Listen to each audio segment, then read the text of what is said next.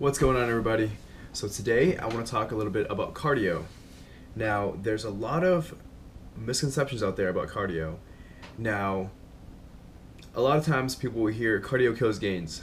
Is that true or is it not? Me personally, I don't think it does. So over the last 3 weeks, I've been training for a competition in November, and it's a men's physique competition. So I've been trying to been trying to lean down. When I first started it, I was expecting to lose some strength, lose some muscle mass. So far, so good though. So here's my daily routine. I wake up at 6. I go to the gym. I spend about 15-20 minutes doing an accessory work, whether it's biceps, triceps, or abs. Once I have a good pump and once I'm a little bit awake, I go up to the cardio area and I hop in the elliptical. Now, when I first started it about 3 weeks ago, I was struggling for 10 minutes, trying to go for 15. Today, I did 60 minutes of the elliptical, and I found that over the past 3 weeks, I've definitely gotten leaner. I'll post progress pics in this video as I get to that topic. But I've gotten leaner, and I've for the most part maintained my strength. Entering the cut, I was deadlifting about 405 for 5 sets of 3. I was benching 275 for 4 or 3. I shoot for 5, but I've been going 4 to 3 over the last couple weeks. And then last week and this week, I was able to hit 3 and 2 because I do 4 sets. So in any of those 4 sets, it could either be 3 or 2. And so far, so good. My overhead press is really strong. Actually, it's been going up steadily. And yeah, I mean, my energy levels are good. I've been taking 100 to 150 grams of carbs a day.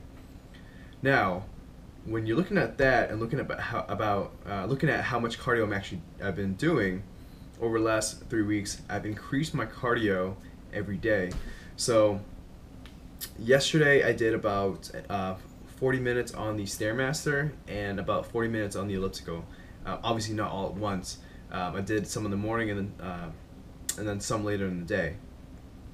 Now, strength-wise, I think there's 2 reasons why people think cardio kills gains. When they first start doing it, one, they're probably cutting. They're cutting out calories. Your body's going to automatically react to it. So you need to take it a little slow. 100 calories at a time, 150 calories at a time. Nothing too drastic or your body's going to feel it. Now, I've taken 2 nutrition classes. One is health and nutrition, and the second one is sports nutrition. Based on that, I've learned that there's pretty much, well, obviously there's 2 types of cardio. There's low intensity and high intensity. Now, it all depends on your heart rate. So for me, being my age, my fitness level, my fat burning zone is probably going to be around 130 to 140. Now, cardio, like high intensity cardio, is going to be around 160 plus for those who are actually doing cardio. Now, I find that this is just nutrition, but your body wants to retain as much protein and amino acids as it can, because pretty much everything in your body, it needs protein for many functions other than just building muscle. Now, fats take longest to metabolize out of the 3 macronutrients. So fats, they're metabolized over the course of an exercise. So that's why when you're lifting weights, you're actually working out. You're bringing up your heart rate, but not to a level where it can be catabolic.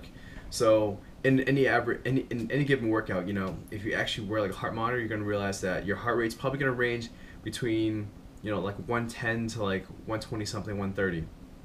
When you're hitting the 130s at my age, I'm 23. You're looking at being in the fat burning zone.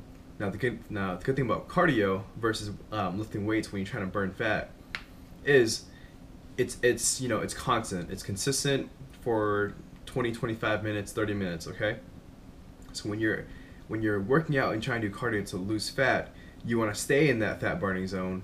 So with the elliptical, with the stair stepper, with the treadmill, try not to go too intense, thinking that, oh, I'm burning more calories. Yes, you are burning more calories, but you're also burning calories in terms of carbs, proteins and fats. So that's definitely one thing to look out for. Now, over the last 2 weeks, I've been kind of dialing in on like what's the right range and what's the right speed and like how intense my workout should be for cardio. And I think I found like a pretty sweet spot while maintaining my strength and my muscle mass. So overall, doing pretty well on my cut. I suggest that if you're looking to lose weight, definitely adding cardio. I mean, I've been doing it for 6-7 days a week. You obviously don't need to do that. I would go, maybe twice a week. Just add it in because it's an extra period of time where you're actually like putting your body through work and expending calories, and that's how it's going to speed up the fat burning process without losing too much like strength or mass or whatever. Me, I try to lift heavy, or heavy in terms of for what I consider heavy for year round. I go 3 to 5 reps, and for the compound lift especially, I try to maintain that through my cuts, and so far it's so good. Bench is the first thing to go when you are losing weight. So I think based on like my own bench, I've lost maybe a rep, which I'm perfectly okay with for what like what I'm doing in terms of progression for my cut. Perfectly okay with that. Also, I also want to mention my Apple Watch.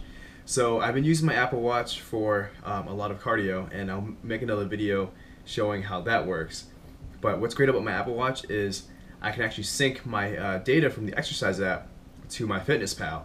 Now I've been tracking my macros a lot, very religiously, and the great thing about having my FitnessPal sync with the Apple's Health Kit is that it actually shows you, like right here, it shows you how many calories you're burning, and it takes it out of your allocated calorie intake for the day.